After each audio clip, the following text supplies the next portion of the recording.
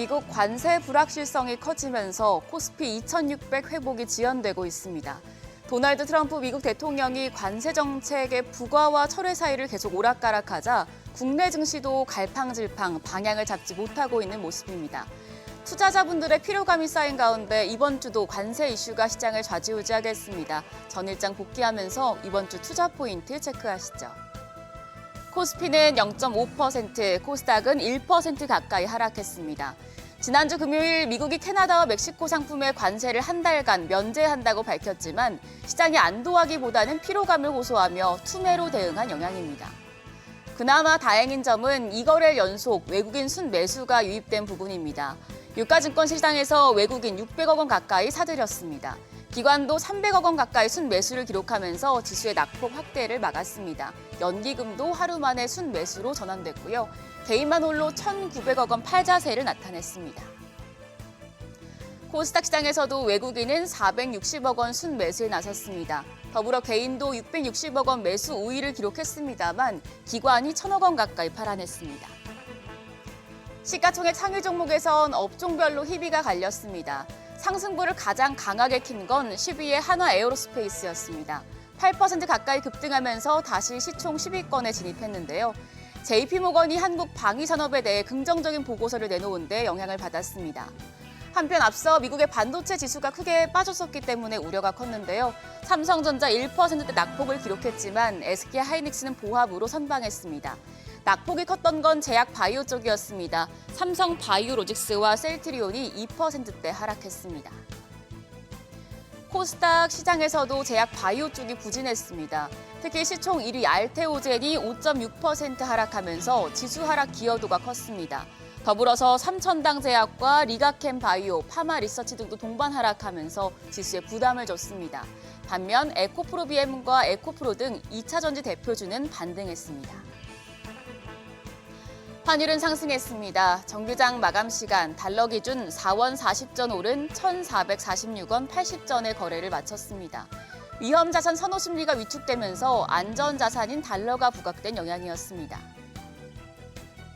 이후에 환율은 미국의 2월 고용지표로 크게 출렁인 이후에 도널드 트럼프 미국 대통령의 관세 위협을 반영하며 1,450원 턱 밑까지 올랐습니다.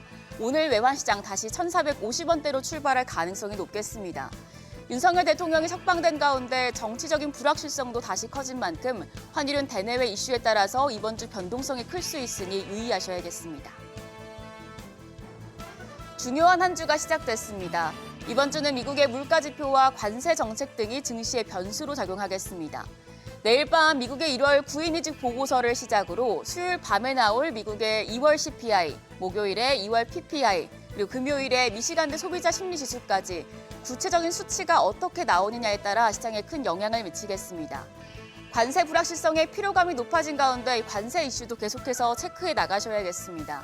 오늘 중국이 미국산 농축수산물에 대한 관세 부과를 시행하면서 미중 관세 전쟁에 대한 우려가 커진 상황입니다. 이런 가운데 목요일에부터 철광과 알루미늄에 대한 25% 관세 부과가 이제 시행이 됩니다. 12일 수요일입니다. 트럼프 2기 행정부를 들어 부과한 관세 중 한국산 제품에 직접적으로 적용되는 첫 사례로 대미 수출 차질이 현실화할 것으로 예상이 됩니다. 이에 따라서 관련주들 변동성도 커질 수 있겠습니다. 오늘 현지 시간 내일 미국과 우크라이나가 사우디아라비아에서 평화협정 회담을 갖습니다. 우크라이나 재건주가 다시 주목받을 수 있을지 지켜보시고요. 한일 수소협력 행사와 중국의 뷰티 박람회도 예정돼 있으니 수소와 뷰티 쪽도 체크하시죠. 한편 지난주 마지막 거래일 시간외 거래에서는 알래스카 프로젝트 관련주가 또 주목받았습니다. 트럼프 대통령이 알래스카 LNG 프로젝트를 추진 중인 가운데 한국이 해당 프로젝트에 참여할 수 있다는 기대감이 커지고 있는데요. 우리 정부가 이를 협상 카드로 관세 협상에 나선다는 소식도 보도된 만큼 관련주들 오늘장에서도 강한 흐름 이어갈 수 있을지 지켜보시죠. 그럼 넥스트레이드 프리마켓 상황 확인하겠습니다. 넥스트레이드 프리마켓 거래가는 한국거래소 마감가를 기준으로 상승과 하락이 정해진다는 점 말씀드립니다. 코스피 5종목부터 확인하시죠. S-오일 오늘도 상승부를 켰습니다. 1.57% 상승하면서 현재 거래가 58,100원입니다.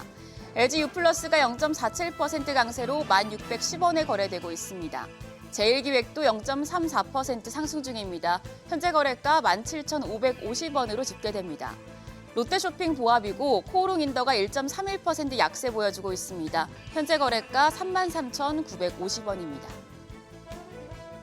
코스닥 5종목은 일제히 상승하고 있습니다. YG엔터테인먼트가 1%가량 오르면서 현재 거래가 63,100원입니다.